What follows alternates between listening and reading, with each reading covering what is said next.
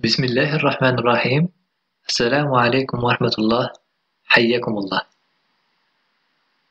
Salut à tous et bienvenue sur cette vidéo. Dans cette vidéo, on va entamer un nouveau chapitre qui est le tissu osseux. Et vu que ce chapitre est riche en informations, j'ai décidé de le diviser en 3 parties. Dans la première, on va étudier la structure histologique du tissu osseux.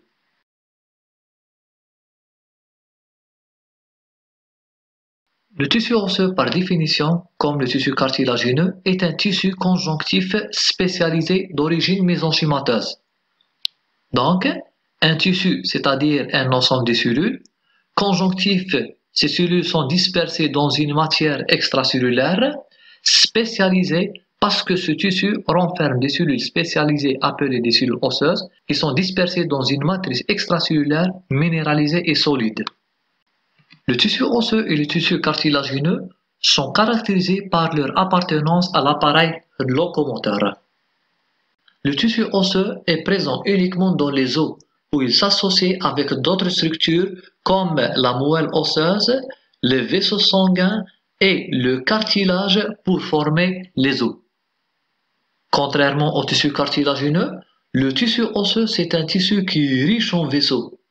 Donc il est bien vascularisé et il n'est pas une structure stable, mais il est dynamique ou il est en perpétuel remaniement. Le tissu osseux assure plusieurs fonctions. Un rôle de soutien mécanique, un rôle de protection, un rôle métabolique et il intervient dans l'hématopoïèse. Pour la fonction de soutien du corps, on note que le tissu osseux est un constituant fondamental du squelette. Deuxièmement, le tissu osseux joue un rôle de protection mécanique pour les organes du système nerveux central. On a la boîte crânienne qui protège le cervelet, et on a les vertèbres qui protègent la moelle épinière. Pour la troisième fonction, on note que le tissu osseux joue un rôle très important dans le contrôle du métabolisme phosphocalcique. Alors, pour le rôle de l'hématopoïèse, l'os héberge la moelle osseuse hématogène. On parle maintenant de l'organisation générale du tissu osseux. Le tissu osseux est organisé en travées ou en lamelles, qui sont de disposition, d'aspect et d'épaisseur variables. Ces travées ou bien ces lamelles entourent des cavités qui contiennent des vaisseaux sanguins appelés les cavités vasculaires ou des grosses cavités qui renferment la moelle osseuse dites les cavités médulaires. Les pièces osseuses sont bordées par une gaine conjonctive. À l'extérieur, le tissu conjonctif constitue le périoste, alors à l'intérieur des cavités vasculaires et des cavités médulaires, ce tissu conjonctif forme ce qu'on appelle l'endoste. Chaque travée osseuse est formée d'un ensemble de cellules dispersées dans une matrice extracellulaire abondante et minéralisée. La matrice extracellulaire est formée essentiellement de 2 fractions, une fraction organique et une fraction minérale ou inorganique. Pour la fraction organique, elle comprend une trame conjonctive faite de fibres de collagène de type 1, qui représente 90% de la composante organique. Ces fibres de collagène sont réparties dans une substance fondamentale faite de glycosaminoglycanes comme la kératine sulfate et chondroïtine sulfate et des glycoprotéines. On note que certaines glycoprotéines, l'ostéopontine, fibronectine et la thrombospondine, assurent la liaison entre la matrice extracellulaire et les cellules. Alors les autres, l'ostéonectine et l'ostéocalcine, sont liées aux fibres de collagène permettant la fixation des sels minéraux sur la trame conjonctive. La matrice extracellulaire est très pauvre en eau, dont le tissu osseux est le moins hydraté dans l'organisme. Mais cette substance est très riche en substances minérales, où elle contient environ de 99% du calcium et 90% du phosphore de l'organisme. Il s'agit des formations cristallines du calcium et du phosphore appelées les cristaux d'hydroxyapatite. Le tissu osseux contient d'autres sels minéraux comme le fluor qui joue un rôle de l'augmentation de la dureté de l'os avec les sels de magnésium et du sodium. Les cristaux d'hydroxyapatite sont des plaques hexagonales de 5 nanomètres d'épaisseur, 50 nanomètres de longueur sur 25 nanomètres de largeur. Ces cristaux sont étroitement liés aux fibres de collagène, disposées parallèlement le long des fibrilles, avec un intervalle régulier de 70 nanomètres entre les cristaux. L'os est un tissu dynamique qui est en perpétuel remaniement.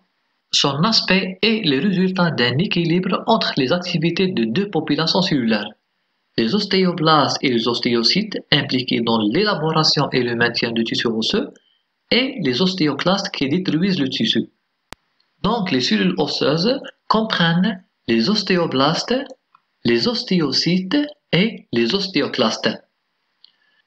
Les ostéoblastes, ce sont des cellules immobiles, périphériques, apposées à la surface des travées.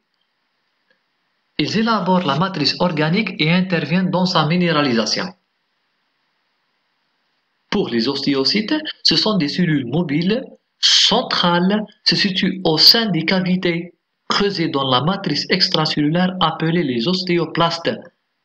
Ces cellules participent au maintien du tissu osseux. Alors que les ostéoclastes sont des cellules mobiles, périphériques, réparties à la surface des travées. Ces cellules assurent la destruction de la matrice osseuse permettant son renouvellement. On commence par étudier la structure des ostéoblastes. Ce sont des cellules d'origine mésenchymateuse, présentant une forme polyédrique avec nombreux prolongements cytoplasmiques en contact avec la surface de la lamelle osseuse. Ils présentent un cytoplasme riche en organites avec un noyau volumineux, réticulum endoplasmique granuleux abondant, un appareil de Golgi développé et nombreux mitochondries. Ce cytoplasme renferme ainsi des granules et des inclusions lipidiques. Les ostéoblastes assurent l'élaboration des fibres de collagène, leur orientation et la synthèse de substances fondamentales. Puis, ils assistent à la minéralisation de la matrice par la fixation des sels entre les molécules de tropocollagène des fibres conjonctives. Maintenant, on passe aux ostéocytes. Ce type cellulaire correspond à la forme terminale de maturation des ostéoblastes, où les ostéoblastes continuent à élaborer la matrice extracellulaire jusqu'à ce qu'elles deviennent complètement emprisonnées ou enfermées par cette matrice. Donc les ostéocytes, ce sont des cellules immobiles qui se localisent au centre de la travée osseuse, occupant des cavités creusées dans la matrice appelée l'ostéoplaste.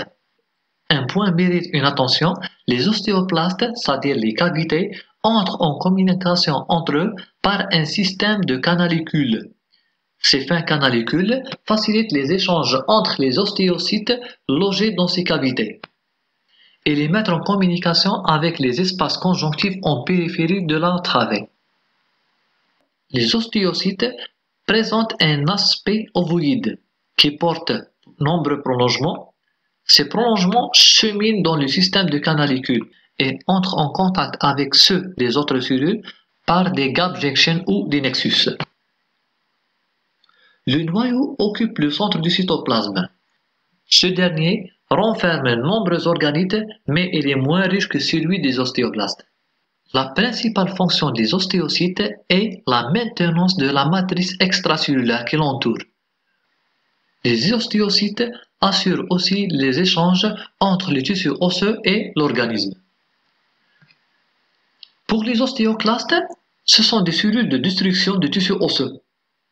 Ils dérivent des monocytes sanguins où les monocytes sanguins quittent le sang et gagnent le tissu osseux, puis 10 à 15 monocytes s'associent pour former un ostéoclaste. D'où la présence de 10 à 15 noyaux dont chaque noyau est associé à un appareil de Golgi. Ces cellules sont périphériques et mobiles, où elles se déplacent pour occuper les espaces laissés libres par les ostéoblastes. L'ostéoclaste est la cellule la plus volumineuse des cellules osseuses, avec une taille qui atteint 100 micromètres. La cellule présente deux pôles. Le premier qui est en contact avec la lamelle osseuse est de forme irrégulière, avec la présence de plusieurs expansions cytoplasmiques, alors que le pôle opposé est d'aspect lisse. Son cytoplasme est riche en organites, notamment les lysosomes, qui contiennent des substances lytiques nécessaires à la dégradation de l'os, à savoir l'acide citrique et l'acide carbonique qui permettent la dégradation de la substance minérale, et des enzymes protéolytiques pour la dégradation de la fraction organique comme la catepsine et la collagénase. Après la dégradation du tissu osseux, des petits fragments sont libérés et qui vont être absorbés et dégradés à l'intérieur de la cellule.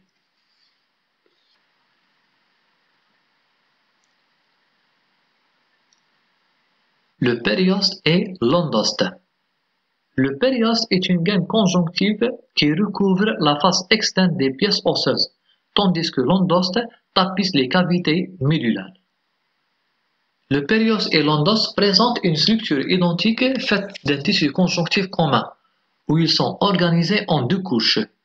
Une couche externe fibreuse dite tendiniforme et une couche interne cellulaire appelée la couche ostéogène d'Ollier. La couche externe est une structure conjonctive fibreuse dense, riche en fibres de collagène de type 2, alors que la couche interne est à prédominance cellulaire, où ces cellules mésenchymateuses dans un os en croissance se transforment en ostéoblastes, assurant la croissance en épaisseur de l'os, d'où l'appellation de la couche ostéogène.